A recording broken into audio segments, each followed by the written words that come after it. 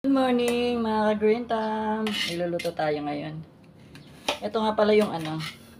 Ano pa ito na ngayon? Ngayon ay 9. Isang linggo na tong ano.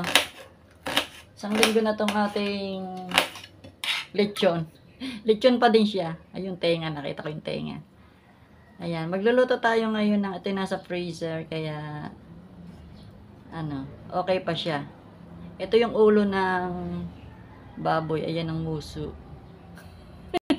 Ito yung ulo ng baboy na ngayon ko palang lulutuin.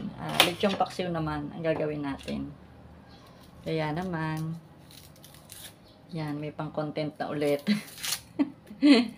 Pero marami pa ako hindi na-upload na ano, na mga video kasi nga may mga tugtog, hindi ko maintindihan kung baka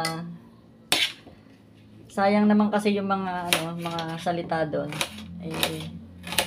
Ginagawan ko pa ng paraan. Ngayon, ito muna yung ating ano. Ganyan lang naman siya. Hindi na siya gigisahin kasi nga ay lechon naman yan. At masarap yung gawing ano, pag nakaraos na. Kasi isang linggo na. Simula na nag-birthday yung apo ko. Ngayon, lechon paksiw naman gagawin natin. Napakasimple lang naman ang gagawin kong ano. Ito lang, lalagyan ko lang nito. Yan, lalagyan natin yan. Isang bote lang. Tsaka konting suka. And magic sarap. Sibuyas at bawang. Tapos, lagyan ko din ng isang dahon ng laurel. Paminta pala, paminta. Paminta pa. Yun lang. Kung ano, lalagyan lang natin ng konting tubig para lang medyo may ano siya. May katas-katas ng konti. Napakadaling lutuin. Kasi nga luto na siya.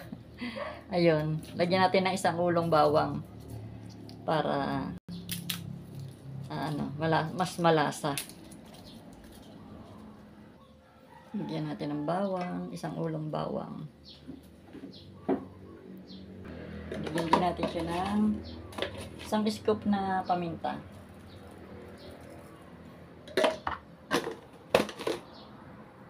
Ayun, nagbago yung isip ko, hindi ko na siya lalagyan ng laurel. Naalala ko kasi lechon, meron itong flavor na mga ano sa tiyan. Yun, yung may aroma siya na nakalagay doon mga kung anik-anik. Kaya no need na ng ating tawag dito, bay leaf. Kalimutan ko tuloy. Kalimutan ko, ano nga ba ito? Basta bay leaf. Yan din natin ng isang ano, pampalasa.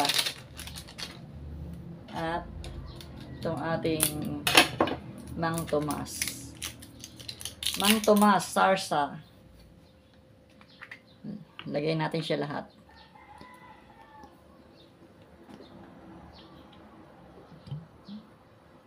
Yan, okay na yan. Pwede na isalang at konting tubig. Ihugasan ko na lang itong bote para yun na lang yung pinaka tubig niya. Yan, ganyan din ba kayo? Naghuhugas kayo ng bote para masaid yung laman. Yan, okay na siguro yung tubig na yun. O, diba? Wala na siyang laman. At lagyan din natin siya ng konti lang naman, suka. And then, konting asukal. Yan ang konting asukal. Siguro mga 2 kutsara.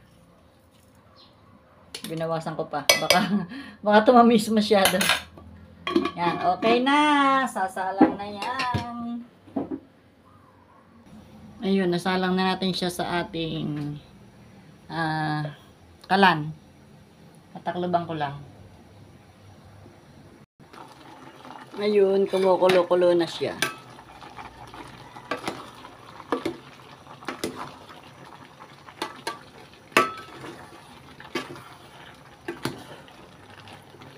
Ito nga pala yung ulo na ano, pinatanggal ko na yung ano niya, mga buto. Kaya ito, puro laman na siya. Yung pinaka-maskara na siya. Wala na siyang ano, buto. Ayan, sarap-sarap. Takloban ulit natin. Maya-maya ko titingnan. Ayun, tamang-tama lang yung timpla niya. Hindi na tayo nagdagdag ng ano pa man. Yung asukal, okay. Yung alat, okay. Hindi ko na siya nilagyan ng alat, ng asin. Kasi may lasa na siya. Ayoko lang siya ng masabaw. Ayan, konting sarsa. Para din siyang lechon.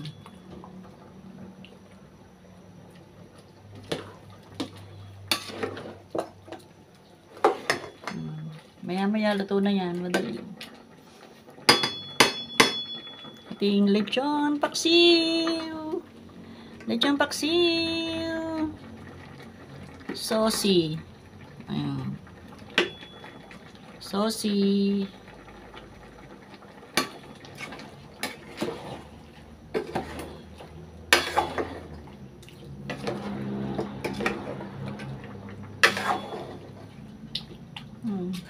Parang okay na to sa akin. Parang okay na siya.